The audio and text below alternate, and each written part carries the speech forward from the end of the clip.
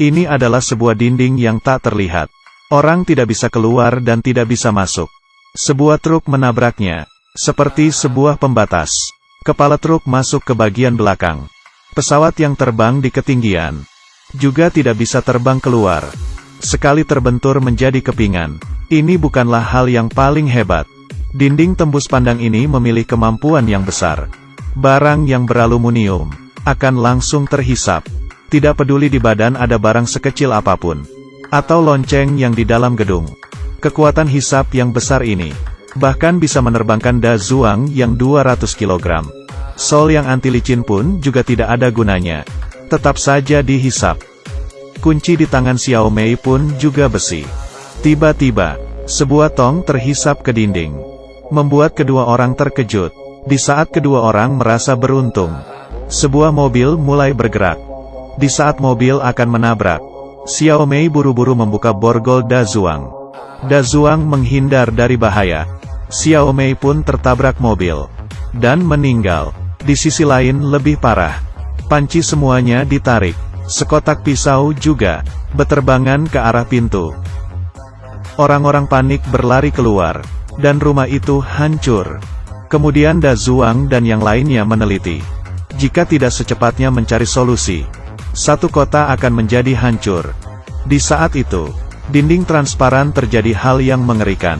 Semua sampul mulai terang dan gelap. Tidak berhentinya memunculkan suara. Cui yang mendengar langsung pingsan.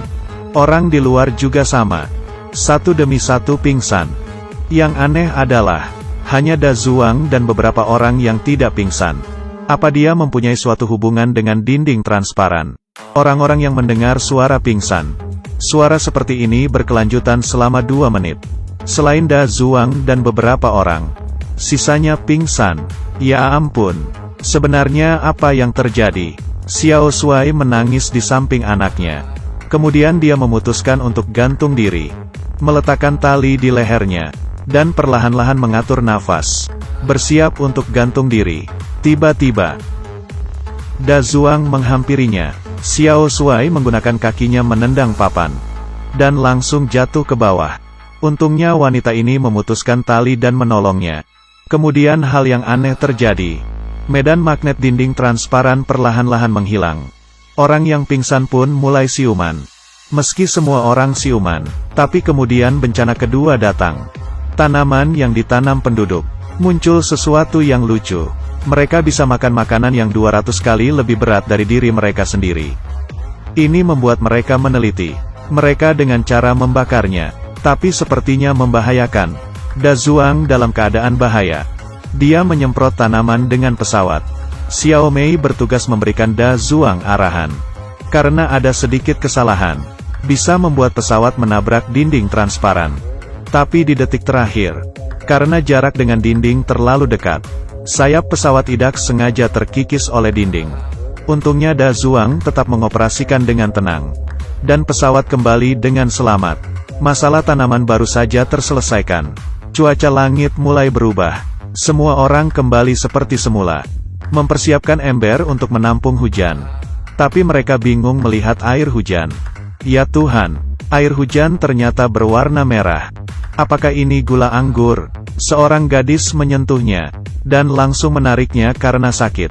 Ini adalah bencana ketiga. Setelah Xiao Mei meneliti, hal ini disebabkan oleh alga.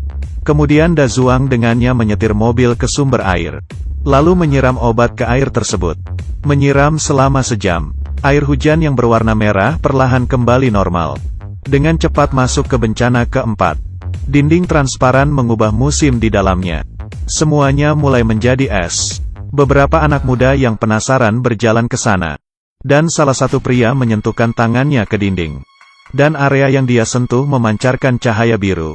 Dia bisa merasakan dinding itu sedang bergerak ke bawah. Tapi di saat dia ingin menarik kembali tangannya, baru sadar tangannya terlengket. Melihat tangannya ikut terus bergerak ke bawah. Yang lainnya sekuat tenaga menariknya.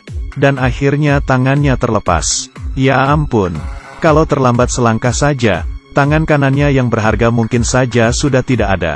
Tidak lama kemudian, setelah dinding memunculkan suara lagi. akhirnya berhenti bergerak. Beberapa orang meletakkan tangannya di dinding, merasakan fenomena aneh.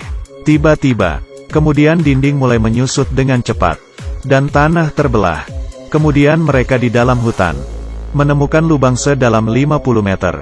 Beberapa orang mengikat tali, dan sampai di dasar lubang. Ini adalah lubang yang terbentuk alami. Tapi karena getaran yang tidak berhenti, mereka lebih baik kembali ke atas.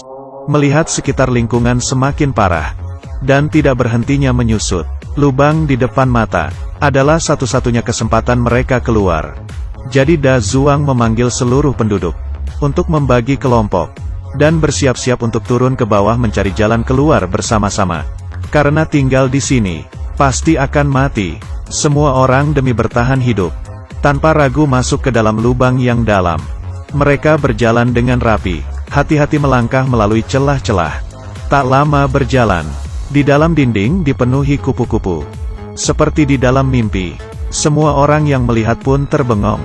Setelah kupu-kupu dikagetkan, semuanya beterbangan, dan yang tertinggal di depan mereka bukanlah jalan keluar, tapi dinding yang ditutupi oleh batu. Ketika semua orang bingung, Da Zuang mengulurkan tangan kanannya di atas dinding batu. Lalu muncul cahaya biru. Dinding mulai retak dan terbuka. Hidup terlalu lama di dalam dinding transparan. Mereka akhirnya bisa melihat titik terang. Ikuti Kiki masuk ke dalam dunia perfilman.